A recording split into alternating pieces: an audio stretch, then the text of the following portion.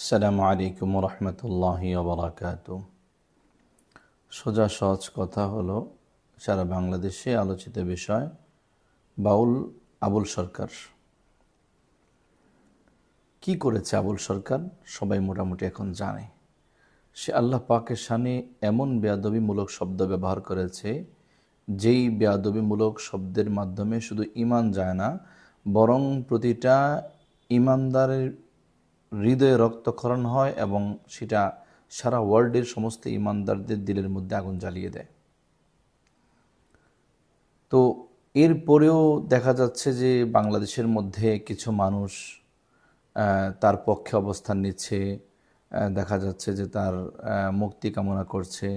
তো বিষয়টা কেমন, এটা আমাকে অনেকে জিজ্ঞাসা করে। আমার সহজ ভাষায়, যাদেরকে আপনারা মানুষ মনে করেন সবাই তো আর মানুষ না।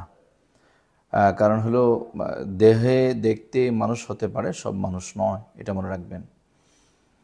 যে আল্লাহ পাকের শানে বেয়াদবিমূলক কথা বলে তার তো ঈমান থাকে না, বরং তার জন্য তো এখন বিধান হয়ে পড়ে, তাকে শরীয়তের বিধান অনুযায়ী, রাষ্ট্র যদি শরীয়ত অনুযায়ী হতো তাহলে তাকে তো কতল করা হতো। এখন বিষয়টা হলো যে আমাদের রাষ্ট্র তো সেকুলার, আমাদের রাষ্ট্র তো ইসলামিক না, আমরা মুসলমান। এই কারণে দেখা যায় ওই ইসলাম বিদ্বেষীরা কিংবা গান বাজনা প্রেমীরা, শরীয়ত বিরোধীরা, এমনকি দেখবেন কাফেররা পর্যন্ত তার পক্ষে অবস্থান নিচ্ছে। কেন নিবে না? কারণ হলো বাউলদের আকিদা তো এত বাজে আকিদা, কোনো ইমানদারের আকিদা এটা না। শুনলাম একজন বলছে যে টকশোর মধ্যে মনে হয় এরকম বলছিল যে সে যেভাবে আল্লাহকে পায় সেভাবেই তো তার সুযোগ আছে। এ সমস্ত কথা এই ফালতু লোকগুলো কোথায় পেয়েছে? সব কিছু কি বৈধ? সব কিছুই কি বৈধ? তাহলে শরীয়তের বিধান কেন? রাষ্ট্রের আইন কেন? আইন তো আইনের মধ্যেই, কি বলে, একটা মানুষকে তো আইনের মধ্যে থেকেই চলতে হবে। যেমনি ইচ্ছা এমনি, শরীয়তের ক্ষেত্রে যেমনি ইচ্ছা এমনি, রাষ্ট্রের মধ্যে যেমনি ইচ্ছা এমনি করতে পারবা? তুমি যদি বলো যে আমার যেমনি ইচ্ছা এমনি চলবো, এটাকে তোমাকে সুযোগ দেওয়া হবে? এটা ফালতু কথাবার্তার তো কোনো যৌক্তিকতা নাই। সে এভাবে আল্লাহকে পায়, ওভাবে আল্লাহকে পায় না।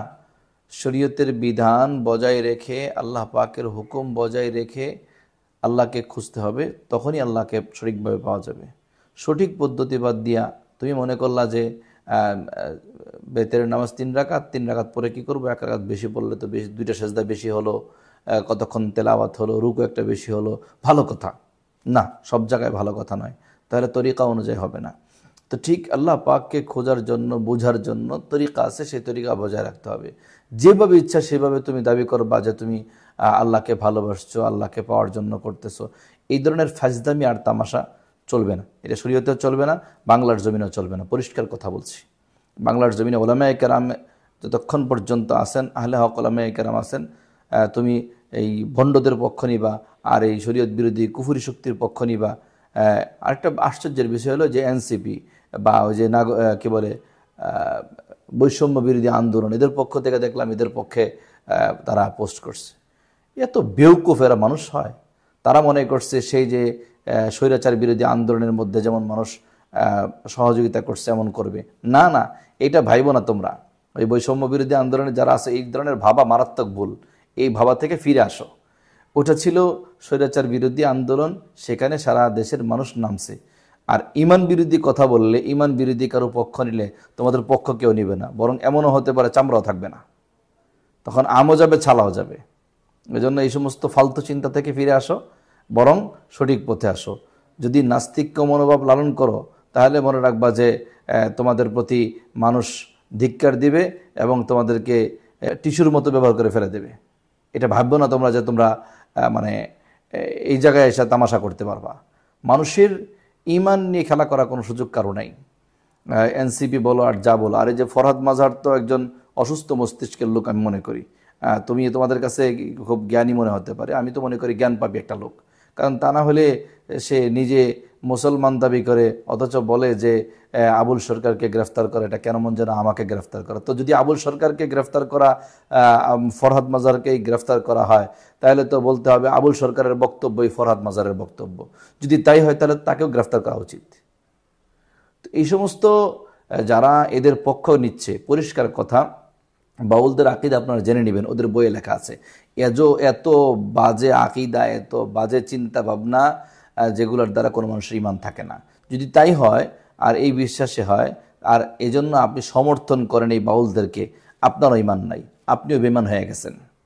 এজন্য সাবধান, বাউলদেরকে এই সমর্থন দেওয়া বাদ দিয়া ইমানের পথে আসেন, সবাই ভালোবাসবে।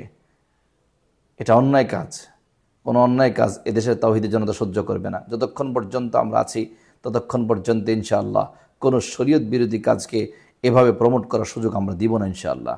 আল্লাহ তাআলা প্রতিটা তাওহীদি জনতা, প্রতিটা একত্ববাদে বিশ্বাসী ঈমানদারদেরকে ঐক্যবদ্ধ হয়ে সমস্ত বাতিল এবং সমস্ত কুফরি মতবাদ এবং আল্লাহ বিরোধী মতবাদে যারা বিশ্বাসী, আল্লাহর বিরুদ্ধে কথা বলে তাদের বিরুদ্ধে শক্ত অবস্থান থাকার তৌফিক দান করুক।